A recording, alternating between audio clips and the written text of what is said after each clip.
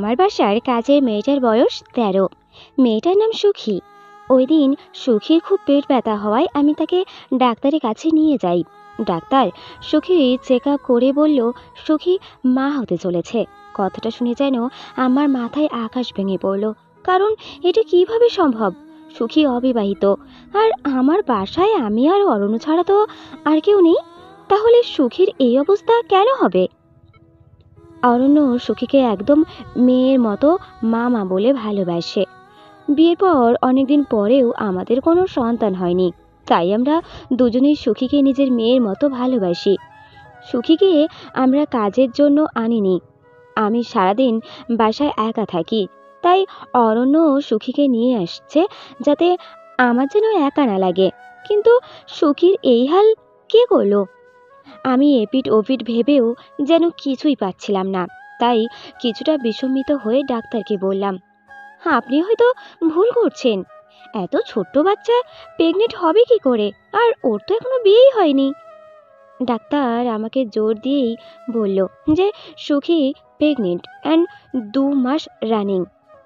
আমি ডাক্তারের কথা বিশ্বাস করতে পারছিলাম না, কিন্তু সব রিপোর্ট সাক্ষী দিচ্ছে যে সুখী মা হতে চলেছে, তাই বিশ্বাস না করেও পাচ্ছিলাম না। তাহলে কি অরণ্য অরণ্য সুখীর সাথে এমন করেছে? না, আমি কি ভাবছি? দীর্ঘ ৭টা বছর প্রেম করে অনেক কাঠ খড় পুড়িয়ে আমি অরণ্যকে পেয়েছি। আমাদের বাচ্চা না হয় ঠিক আছে, কিন্তু অরণ্য এসব নিয়ে আমাকে কখনো আঘাত করে কথা বলেনি। বরং কেউ কিছু বললে আমাকে সান্ত্বনা দিয়েছে। তাহলে সুখীর সাথে কে এমন করলো? এসব ভেবেই ভেবেই যেন আমার মাথা ঘুরছিল। আমি কিছু না পেয়ে ডাক্তারের চেম্বার থেকে বের হয়ে আসলাম। বাসায় এসে সুখীকে জিজ্ঞাসা করলাম, মা, তোমার সাথে কেউ কি কোনো নোংরা কাজ করেছে? তুমি কি বলতে পারবে মা, তোমাকে কোনো ছেলে ধরেছে কখনো? সুখী কথাগুলো শুনে যেন আমার কথার মানেই বুঝতে পারছিল না। সে হয়তো বুঝতেই পারছে না আমি কি বলছি। কিছুটা না বুঝেই আমাকে উত্তর দিল, কি হবে মামনি, আমার তো কিছুই হয়নি। আর কিসের নোংরা কাজের কথা বলছো বুঝতে পারছি না। আমি কিছুটা বিস্মিত হয়ে সুখীকে বোঝাতে চাইলাম কেউ তার সাথে কোনো খারাপ করেছে কিনা। সুখী কথা শুনে এবার বুঝতে পারছে যে আমি সুখীকে কি বোঝাতে চাইছি। এবার খেয়াল করলাম সুখী বেশ ভয়ে লাল হয়ে গেছে। মনে হচ্ছে কিছু একটা সুখী লুকাচ্ছে আর আমাকে বলতে চাচ্ছে না। আমি বারবার ওকে জিজ্ঞাসা করলাম, সত্যি করে বলো, কেউ কি এমন করেছে? বারবার একই কথা জিজ্ঞাসা করায় খেয়াল করলাম সুখী ভয়ে কাতর হয়ে যাচ্ছে, আর না সূচক মাথা নেড়ে যাচ্ছে। আমার বুঝতে বাকি রইল না সুখী আমার কাছ থেকে কিছু একটা লুকাচ্ছে, কিন্তু সেটা কি? তাহলে কি অরণ্য সুখীর এই হাল করেছে? না, আমি এসব কি ভাবছি? আমার অরণ্য সুখীর কখনো এমন করতে পারে না। ও সুখীকে নিজের মেয়ের মতো ভালোবাসে। আমি এসব কি ভাবছি? তাহলে সুখীর এই অবস্থা করলো কে? কথাগুলো যতই ভাবছি ততই যেন মাথা ঝিমঝিম করছে। সারাদিন আমার এভাবেই কাটলো, কোনো কাজ করতেও আর মন চাইল না। সন্ধ্যায় অরণ্য এসে খেয়াল করলো আমি বিমর্ষ অবস্থায় বসে আছি। অরণ্য আমাকে এইভাবে বসে থাকতে দেখে জিজ্ঞাসা করলো, কি ব্যাপার, তোমার কি কিছু হয়েছে? এভাবে যে বসে আছো মনমরা হয়ে? আমি নিজেকে একটু সামলিয়ে ভাবতে লাগলাম অরণ্যকে কি ঘটনা বলবো নাকি বলবো না। মনে মনে ভাবলাম এখনই বলবো না, অরণ্য জড়িত থাকলে তাহলে হাতে নাতে ধরতে পারবো না। তাই অরণ্যকে উত্তর দিলাম, না, এমনি বসে আছি, মনটা ভালো লাগছে না। সুখীর পেটটা ব্যথা ছিল, তাই ওকে ডাক্তারের কাছে নিয়ে গেছিলাম। সুখীর পেটের ব্যথা শুনে অরণ্য যেন বেশ অস্থির হয়ে উঠল। অস্থির হয়ে বলতে লাগলো, কি বললো ডাক্তার? সুখে এখন কোথায় আছে? অরণ্যের অস্থিরতারা দেখে আমার কাছে কেমন জানি মনে হতে লাগলো। আমি কিছুটা চমকালাম ওর এই অস্থিরতা দেখে। কিছুটা চমকে নিশ্চুপ কণ্ঠে ওকে বললাম, এত অস্থির হওয়ার মতো কিছু হয়নি, তাহলে এত অস্থির হচ্ছ কেন? অর্ণ হয়তো ভাবেনি আমি এমন একটা জবাব দেব, তাই আমার জবাব শুনে অরণ্য বেশ চুপসে গেল। চুপসে গিয়ে মুখটা বেশ ফ্যাকাশে করেই বলল, অধরা, তুমি তো জানোই আমি সুখীকে মেয়ের মতো ভালোবাসি, তাই এ অস্থিরতা কাজ করছে। কিন্তু তুমি এমন জবাব দিলে কেন হুট করে?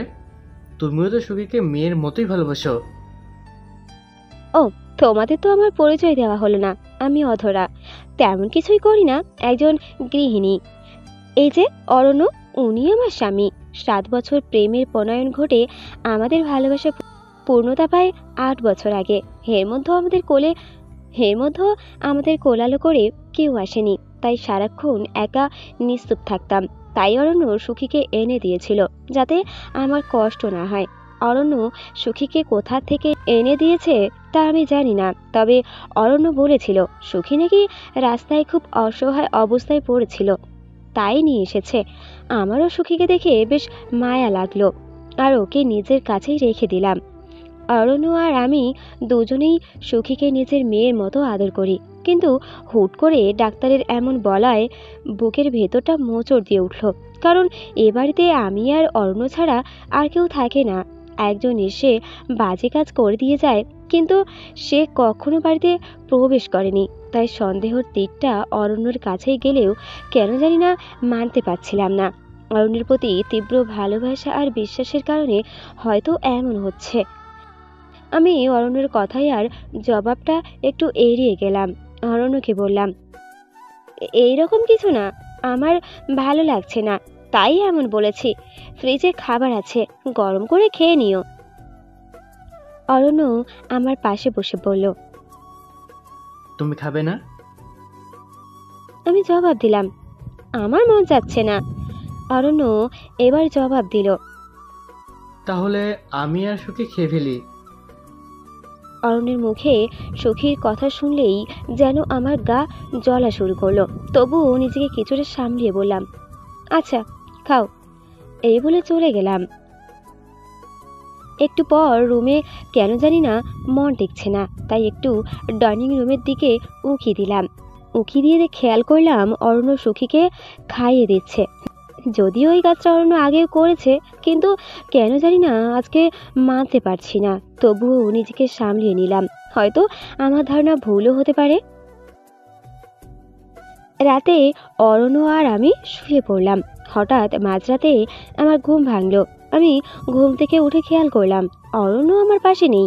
আমি বিস্মিত হয়ে উঠে ওয়াশরুমে চেক করলাম, খেয়াল করলাম ওয়াশরুমে অরণ্য নেই। সখী রুমের দিকে এগোতে লাগলাম আর খেয়াল করলাম একটা শব্দ সখী রুম থেকে বয়ে আসছে। ভয়ে ভয়ে সখী রুমের দিকে এগোতে থাকলাম। যতই এগোতে থাকলাম ততই বুকের কম্পন যেন বেড়ে চলতে লাগলো। মনে হচ্ছে এখনই আমার মৃত্যু ঘটবে। খেয়াল করলাম সখী রুম থেকে একটা চেঁচামেচির আওয়াজ বের হচ্ছে।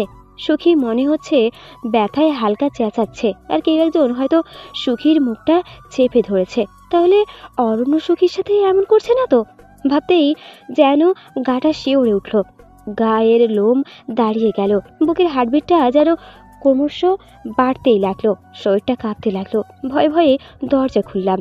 দরজা খুলে খেয়াল করলাম ঘরে কেউ নেই, কিন্তু এই ঘরে যে কেউ একজন ছিল, এটার উপস্থিত আমি ঘরে ঢুকেই পেয়েছিলাম। এখন কেন জানি না মনে হচ্ছে ঘরে কেউ আছে।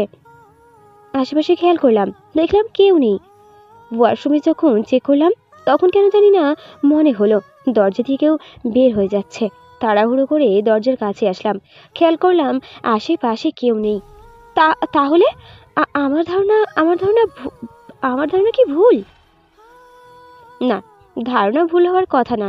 যদি একান্তই আমার ধারণাটা ভুল হতো তাহলে সুখী এভাবে উলঙ্গ অবস্থায় খাটে পড়ে থাকতো না।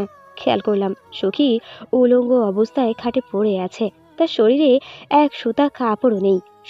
শরীরটার দিকে তাকিয়ে অজরে নিজের চোখ দিয়ে জল চলে আসলো, কারণ মেয়েটার শরীরটা এই অংশগুলো কাপড় দিয়ে ঢাকা থাকে বলে আমি আর আঘাতগুলো কখনো লক্ষ্য করতে পারিনি। সুখীর সারাটা শরীর খামচির দাগ। কোনো খামচির দাগ আগে ছিল, সেগুলো শুকিয়ে গেছে, আর কিছু খামচির দাগ নতুন। সুখীকে দেখে নিজের অজান্তেই আমার কলিজাটা যেন ফেটে যাচ্ছে।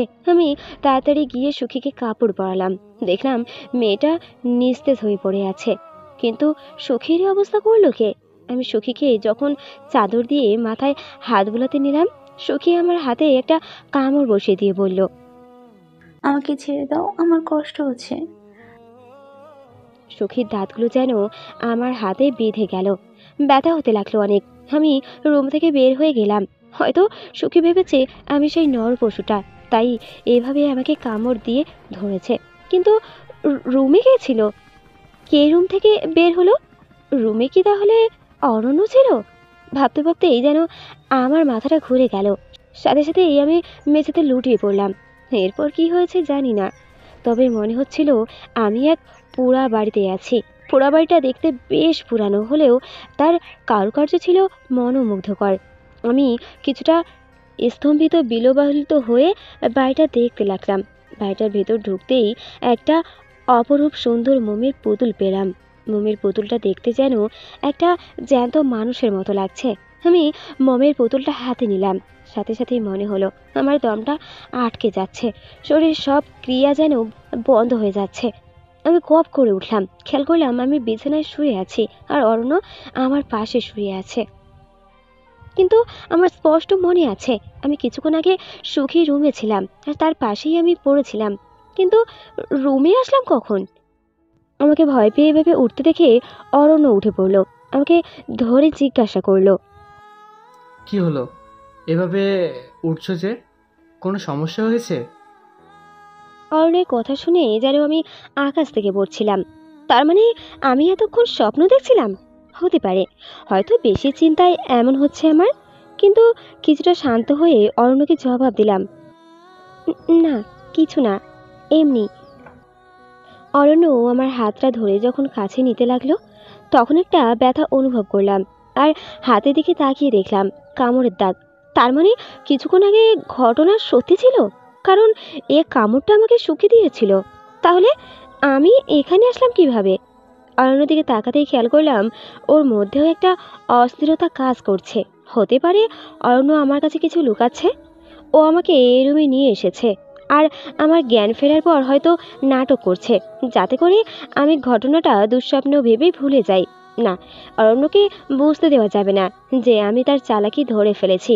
তাই অরণ্যর সাথে আমি ভালো ব্যবহার করতে লাগলাম, বোঝাতে লাগলাম যে আমি হয়তো স্বপ্নই দেখছি। তাই অরণ্যকে বললাম, হয়তো স্বপ্ন দেখেছি, বাদ দাও, ঘুমিয়ে পড়ো।